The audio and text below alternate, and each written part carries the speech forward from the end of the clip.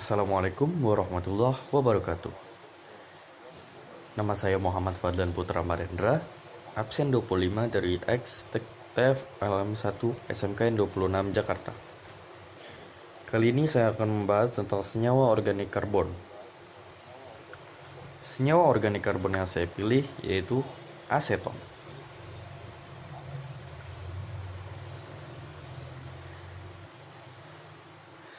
Asal senyawa aseton. Senyawa aseton terdiri dari O yang terikat pada karbon dan memiliki rantai karbon CH3 pada kiri dan kanannya.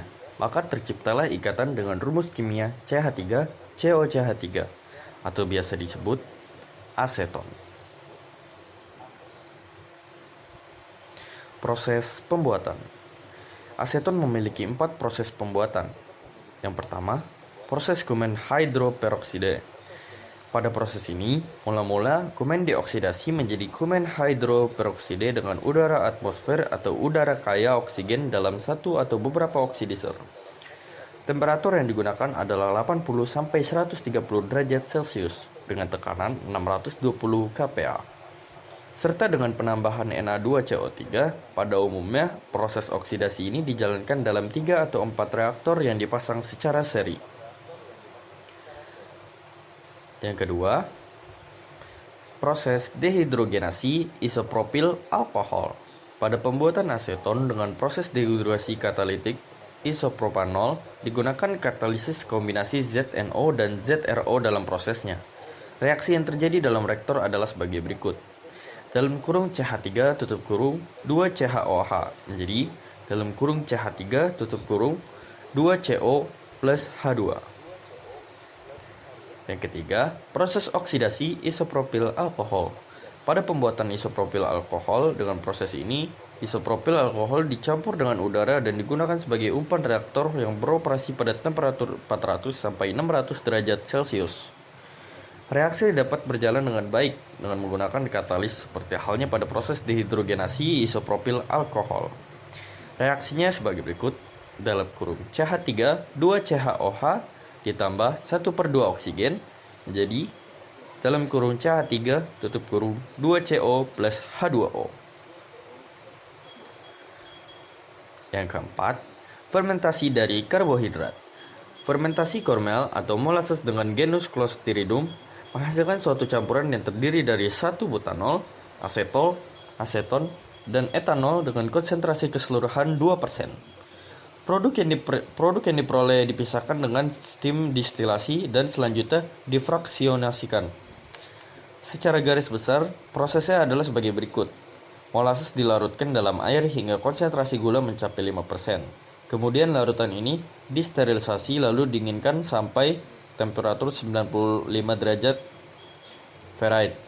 Kemudian barulah dipompakan ke dalam fermenter, kemudian ditambahkan kultur bakteri Clostridium ke dalam molasses yang sudah disteriliskan tadi. Selanjutnya ditambah protein nutrients dan alkali untuk mengatur pH. Setelah fermentasi selama 36-48 jam, campuran fermentasi yang mengandung 1,5-2,5% campuran solvent dipompakan ke dalam kolom distilasi. Campuran solvent tersebut terdiri dari aseton, etanol, dan 1 butanol.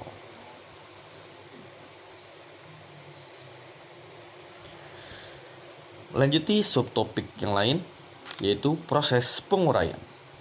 Melalui proses kumena, benzena dialkilasi dengan propena dan produk proses kumena dioksidasi untuk menghasilkan fenol dan aseton.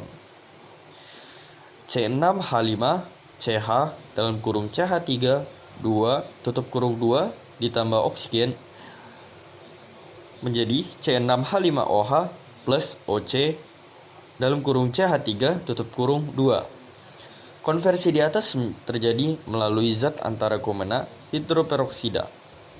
C6H5C dalam kurung OOH tutup kurung dalam kurung CH3 tutup kurung 2.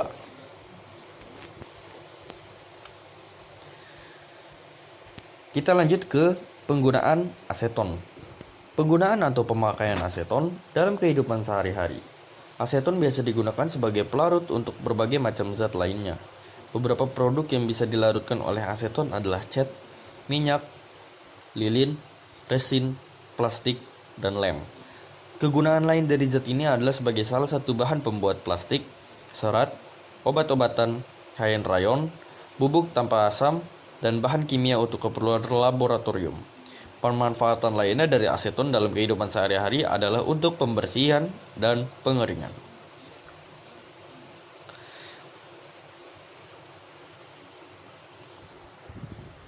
Melanjuti subtopik paling terakhir, yaitu masalah atau bahaya yang ditimbulkan saat memakai aseton dalam jumlah yang terlalu besar.